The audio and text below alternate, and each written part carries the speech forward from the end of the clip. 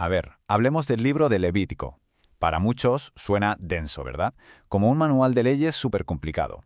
Pero, ¿y si os dijera que en realidad es una guía alucinante y diseñada con una precisión increíble? Porque su objetivo es responder a una de las preguntas más grandes que existen. ¿Cómo es posible que un pueblo, con todas sus imperfecciones, pueda vivir cerca de un Dios que es pura santidad? Pues vamos a meternos de lleno a ver cómo el Levítico resuelve este enigma. Vale, para desentrañar todo esto, vamos a seguir este plan. Y lo que vamos a descubrir juntos es que el Levítico no es un batiburrillo de reglas sin más. ¿Qué va? Tiene una estructura simétrica, como un espejo, que es una pasada elegante y que nos va a llevar directos al corazón de su mensaje.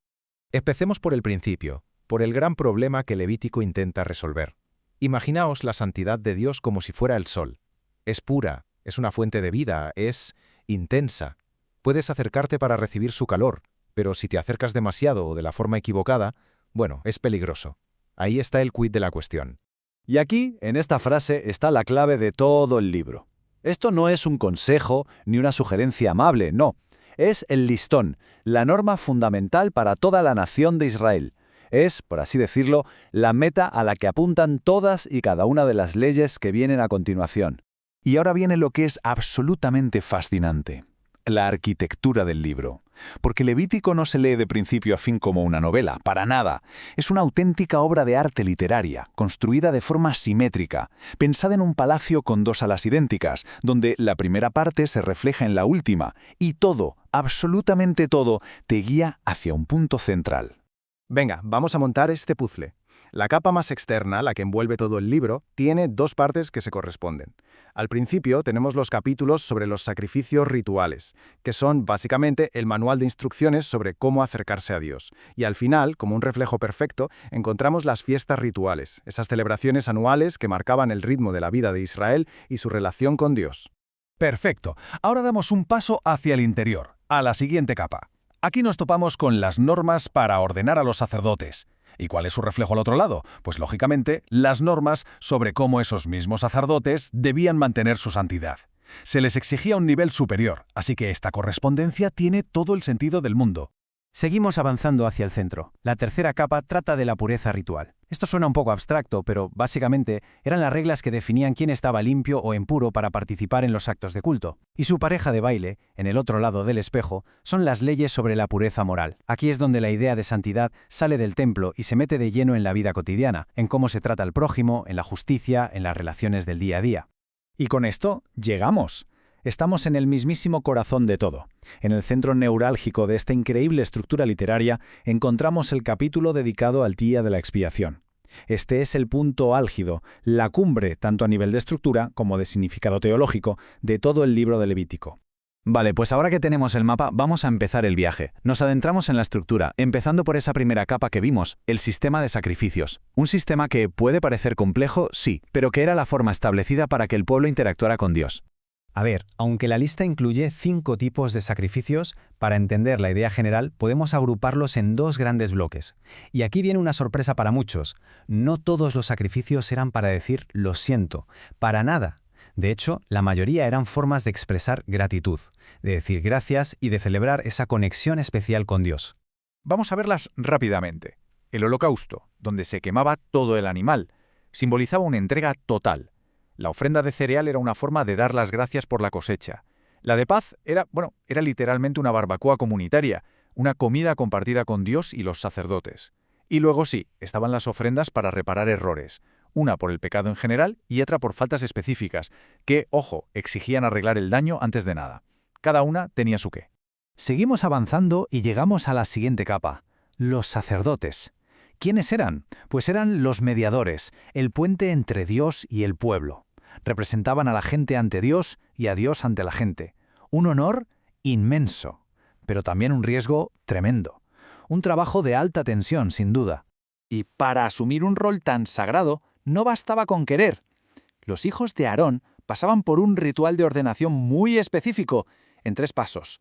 Primero, se les vestía con unas ropas especiales que gritaban «Este es mi nuevo estatus». Segundo, se les ungía con aceite, un símbolo del poder de Dios. Y tercero, se les consagraba con la sangre de un sacrificio que los purificaba y los preparaba para servir en la mismísima presencia de Dios.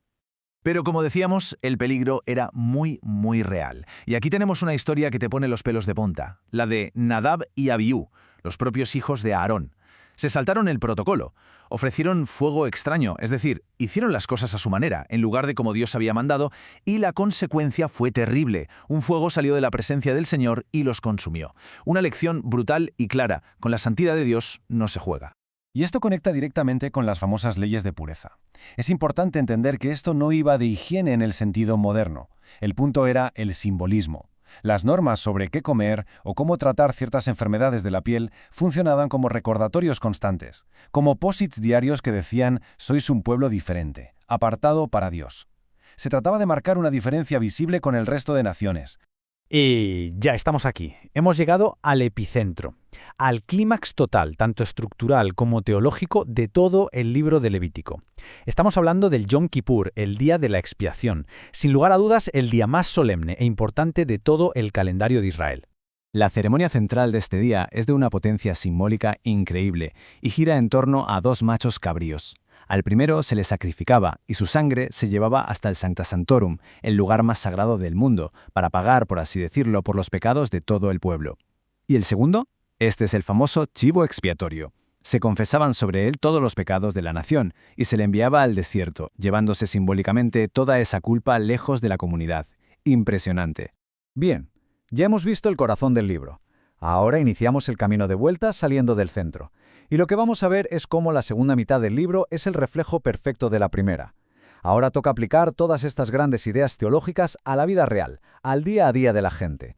Y aquí está el meollo de la cuestión. La santidad no era algo que se quedaba encerrado en el tabernáculo. No era solo para los rituales. ¿Qué va? La santidad tenía que verse en la calle, en la justicia social, en ser honesto en los negocios, en cómo se cuidaba de los más débiles. De hecho, es precisamente en esta sección donde encontramos esa frase que ha traspasado milenios: amarás a tu prójimo como a ti mismo. Y con esto llegamos a la última capa exterior, la que se refleja con los sacrificios del principio, las fiestas anuales. Y ojo, no eran simples días libres, eran como representaciones teatrales, recreaciones rituales de la historia de Israel con Dios. El calendario entero era un recordatorio constante de su viaje, desde la liberación de la esclavitud en la Pascua hasta la vida en el desierto que recordaban en la fiesta de los tabernáculos. Toda su historia, contada año tras año. Y escondida entre estas leyes hay una idea que es sencillamente revolucionaria: el año del jubileo. Imaginaos esto, cada 50 años se apretaba un botón de reinicio social y económico, un reseteo total. Todas las deudas canceladas, los esclavos libres, la tierra volvía a su familia original. Era una declaración brutal sobre la justicia y la misericordia, integrada en el ADN de su sociedad. Así que, en definitiva, lo que nos presenta Levítico es un sistema complejo, sí, pero que funcionaba. Ofrecía una manera, un camino para que un Dios absolutamente santo pudiera vivir en medio de su pueblo, un pueblo que, aunque consagrado, seguía siendo imperfecto. Creó, en esencia, un punto de encuentro entre el cielo y la tierra. Y todo esto nos deja con una pregunta para reflexionar. Es evidente que los rituales concretos ya lo son los nuestros, pero la esencia, los principios de justicia, de perdón, de cómo construir una comunidad santa, todo eso sigue resonando con una fuerza increíble. La pregunta es, ¿de qué manera estas ideas tan antiguas de un libro como Levítico siguen moldeando nuestras ideas modernas sobre lo que es justo, sobre el perdón y sobre la vida en común?